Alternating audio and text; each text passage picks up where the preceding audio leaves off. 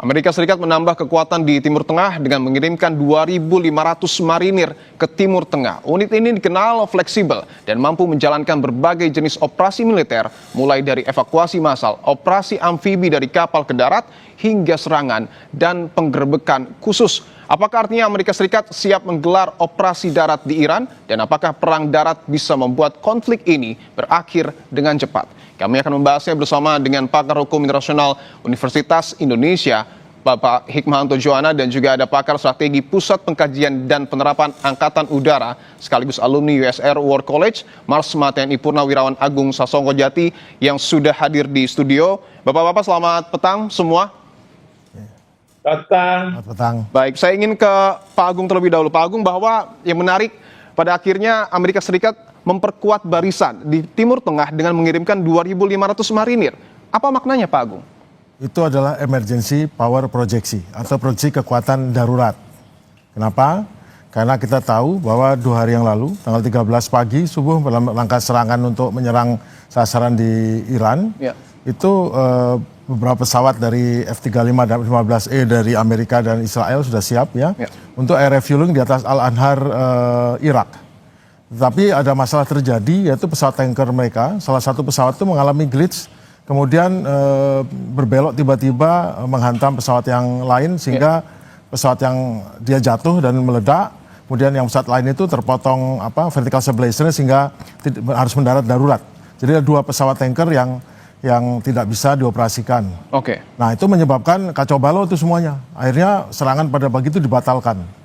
Jadi sepanjang hari tanggal 13 dan termasuk hari ini juga tidak ada serangan jarak jauh dari Jordania atau dari Israel untuk menyerang. Karena pertama tidak ada tanker. Tapi ada yang lebih penting lagi, bahwa kemungkinan bahwa link 16, jaluran networking atau jaringan network antara darat, laut, udara 3 matra, multi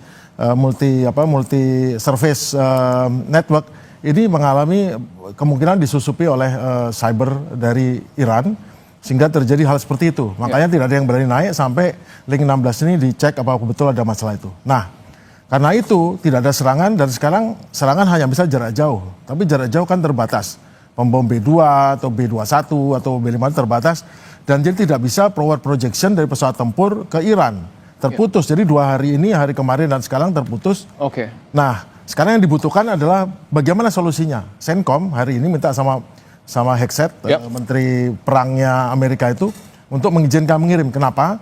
Karena kapal ini Marine Expedition Unit, yang terdiri dari 3 kapal pendarat marinir ini, itu punya kemampuan untuk menerbangkan pesawat F-35B, yaitu versi vertikal. Nah, dari situ siapa tahu nanti lain kali ada masalah seperti ini, mereka masih sanggup memberikan dukungan tembakan atau malah menembak sehingga tidak terputus pressure kepada Irannya.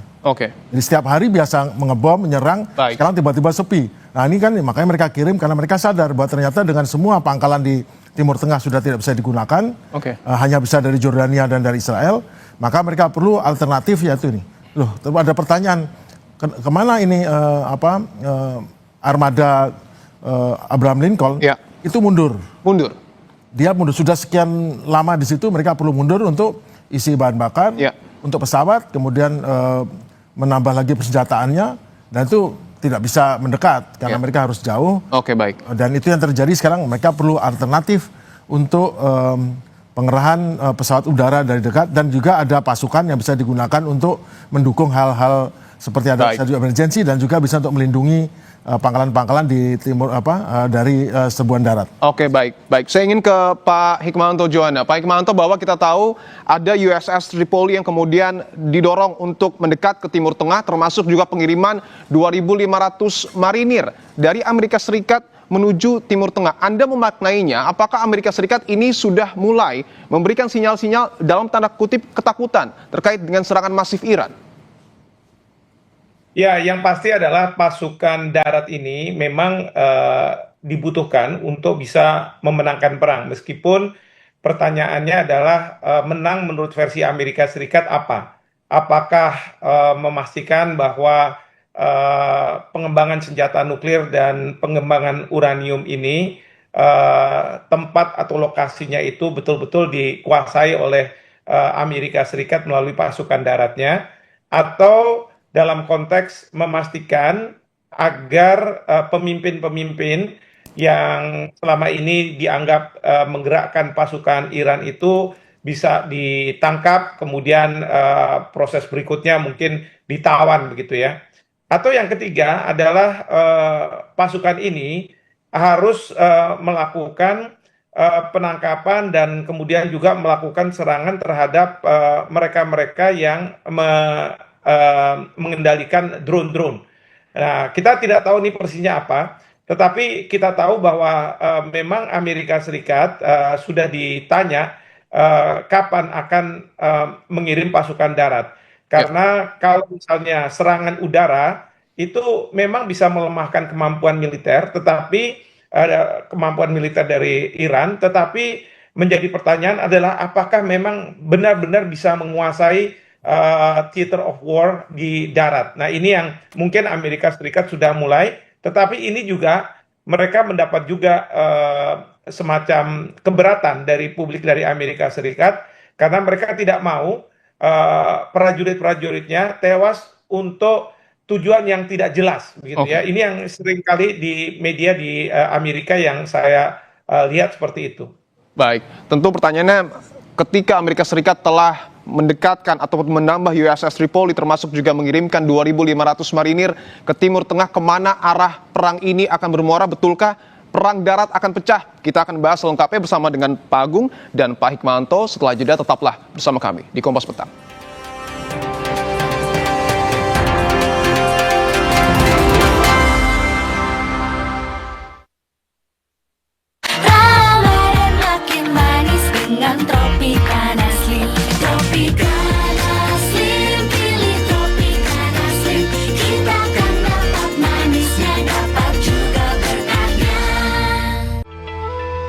Semenjak semua sibuk dengan gadget, canda tarik si tuek, sorak rangku alu, gembira enggrang bambu, momen indah itu hilang.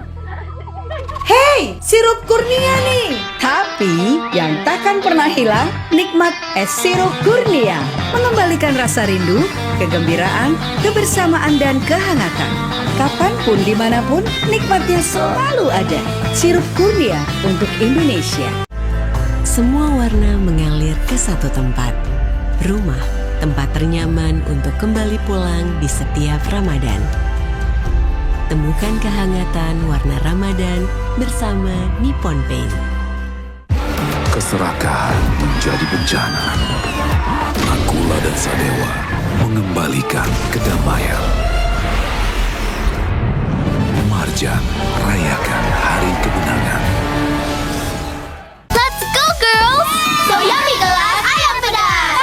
Wah, ayam gurih ada topping keris-kerisnya. Praktis, minyak cuwi, pedesnya nagih. Soyami pedas. Kecil cabai rawit. Cobain deh, Soyami gelas ayam pedas. Dari Wings Food. Semua warna mengalir ke satu tempat. Rumah, tempat ternyaman untuk kembali pulang di setiap Ramadan. Temukan kehangatan warna Ramadan bersama Nippon Paint. Keserakahan menjadi bencana. Nakula dan Sadewa mengembalikan kedamaian. Marjan rayakan hari kemenangan. Di bulan suci, kita pasti dicoba. Ademin lagi dengan Aqua. Aqua, dingin alaminya, ademin Ramadanmu. Keserakahan menjadi bencana. Nakula dan Sadewa mengembalikan kedamaian. Marjan rayakan hari kemenangan. Tingkatkan kualitas diri di bulan suci. Islam hadir ke dunia ini dengan risalah utama, risalah besar, memerintahkan kepada umatnya manusia untuk berbuat adil dan berbuat kebajikan. Jadi keadilan dan kebajikan itu adalah perintah Allah. Mutiara Ramadan, pentingnya etika dan integritas dalam penegakan hukum. Sabtu 14 Maret menjelang azan maghrib di Kompas TV. Keserakahan menjadi bencana. Nakula dan Sadewa mengembalikan kedamaian. Marjan, rayakan hari kemenangan. Stres, lelah, hisaplosa dari alam. Hirup mendalam, nikmati sensasi alam. Rileks, segar, melayang. Plosa memanjakan tubuh dan pikiran. Sepanjang Ramadan, siapkan tubuh dengan 3 botol Aquaviva. Setara 2 liter air diminum dari buka sampai sahur. Biar satu harian puasa pasti sejuknya. Aquaviva, murni dan pasti sejuknya. Dari Wings Food. Keserakahan menjadi bencana. Akula dan Sadewa mengembalikan kedamaian. Marjan, rayakan hari kemenangan.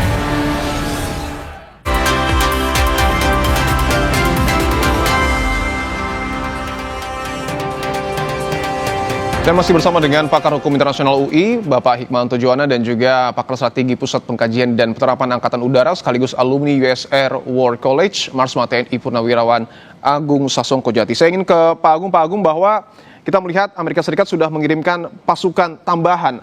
Ini muaranya akan kemana? Apakah betul perang di darat ini akan pecah di Timur Tengah?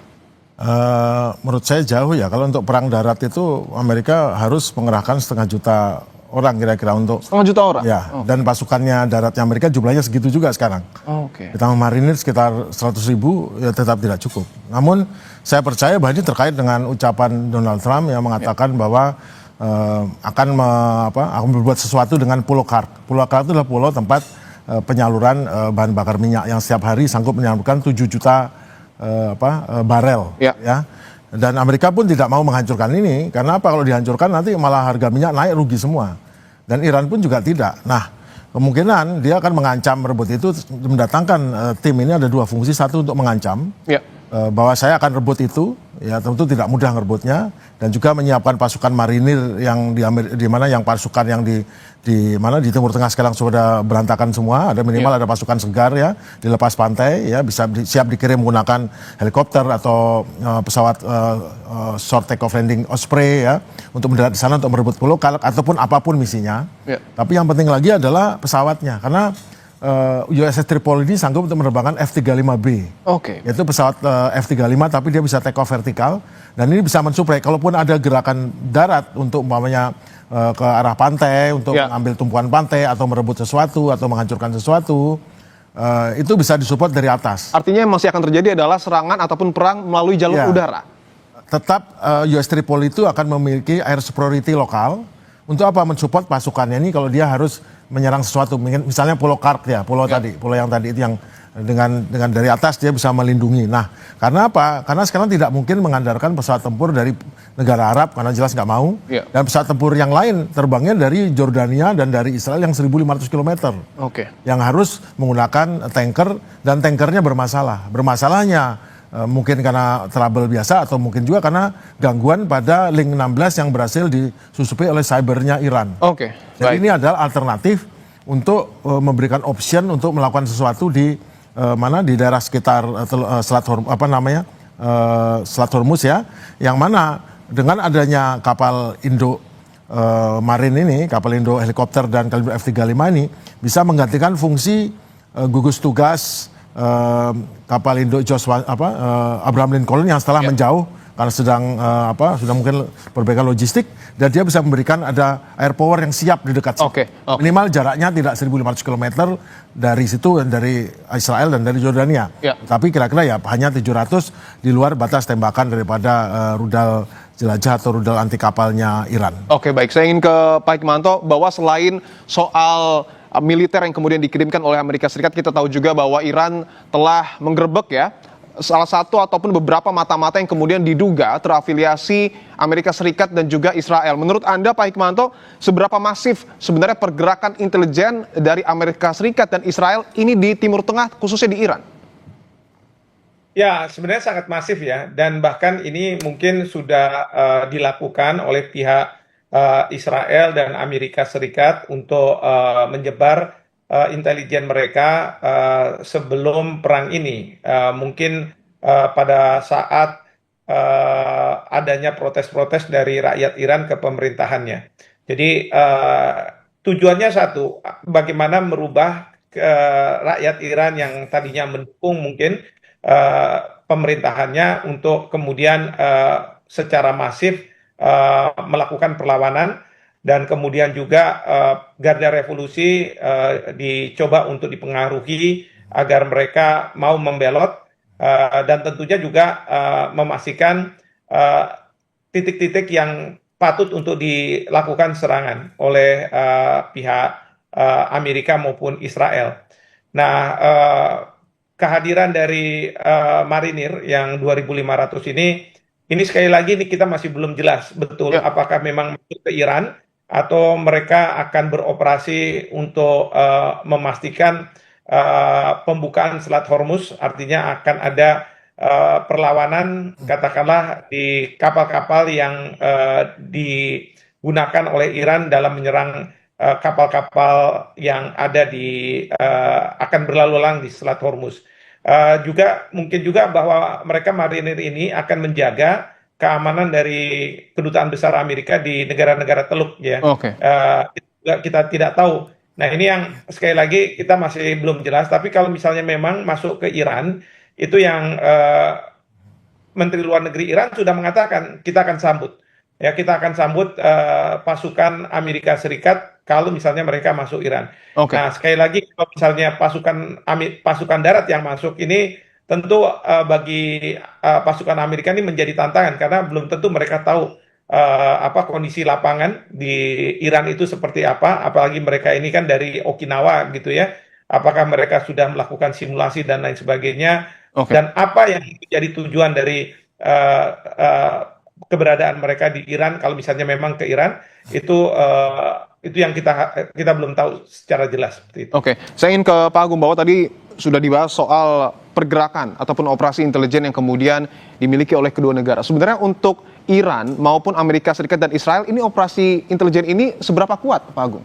Oh, sangat kuat. Amerika menggunakan intelijennya tidak hanya intelijen manusia, human, tapi juga intelijen menggunakan satelit, menggunakan intelijen cyber, dan juga seperti halnya dengan Israel. Cuman kita ketahui bahwa ada masalah dengan Israel karena unit 8.200-nya pada hari kedua sudah dihancurkan oleh Iran, sehingga mereka terpaksa harus ke tempat yang lain, dan tentu itu mengacaukan karena banyak tenaga ahli cyber yang itu bermasalah. Dan mereka mengandalkan human intelligence, dan itu kayaknya sudah dibongkarin karena memang kesulitan. Tanpa jaringan cyber ataupun komunikasi internet yang baik, mereka sangat mudah ditangkap. Iran sendiri sangat banyak supportnya ya, karena dia punya proxy. Proxy-proxynya ini berfungsi sebagai jaringan mata-mata dan juga menyebar di negara-negara Teluk. Karena kita tahu negara Teluk juga sebagian besar ada warga Syiahnya, dan banyak yang support pada Iran, khususnya karena terkait dengan Palestina. Jadi banyak yang saya dapat informasi bahwa banyak yang memang sukarelawan untuk membantu Iran membantu untuk mendapatkan data baik di internet ataupun data atau menggunakan operasi-operasi klandestin dan operasi lainnya untuk menolong. Dan mungkin banyak dari negara Arab juga yang dari Pakistan dan lain yang sukarela membantu Iran untuk melaksanakan hal ini. Mereka sangat kuat. Terbukti berhasil membongkar jaringan mata-mata yang dari Mossad ini. Artinya mungkin ada bantuan dari negara lain seperti katakanlah Rusia yang disebut juga sebelumnya memberi bantuan intelijen kepada Iran. Jelas dari awalnya tahun lalu, dari awal tahun sejak mulai demonstrasi itu, Rusia sudah dengan memberikan bantuan untuk menjam satelit Starlink, kemudian juga memutus jaringan uplink dari bawah ke atas Starlink, dan China memberikan bantuan signal intelijen yang bisa membuat bisa menangkap orang-orang yang menggunakan ini dengan sistem sehingga mereka bisa ditangkap, dan semuanya ketangkep itu. Jadi jelas, dan sampai sekarang jelas ketepatan daripada rudal dan drone-nya Iran itu jelas bantuan dari Rusia itu developingnya. Tapi juga untuk arah terbangnya menggunakan satelit Beidou daripada China yang tidak hanya berfungsi sebagai penunjuk arah, tapi juga berfungsi sebagai alat komunikasi, telemetri. Jadi bisa presisi sekali, bisa diarahkan dari atas dan bisa tetap dikontrol itu. Sampai meskipun balistik bisa dikontrol. Kita tahu kan dia punya kemampuan untuk merubah manuver. Tentu kita akan tunggu seperti apa dinamika yang kemudian terjadi di Timur Tengah, dan tentu kita berharap bahwa eskalasi perang ini akan berkurang ya Pak ya, agar tercipta perdamaian dunia. Terima kasih pakar hukum internasional Universitas Indonesia Bapak Hikmahanto Juwana dan juga pakar strategi Pusat Pengkajian dan Penerapan Angkatan Udara sekaligus alumni US Air War College Marsma TNI Purnawirawan Agung Sasongkojati telah bergabung di Kompas Petang. Saudara, kita masih akan terus membahas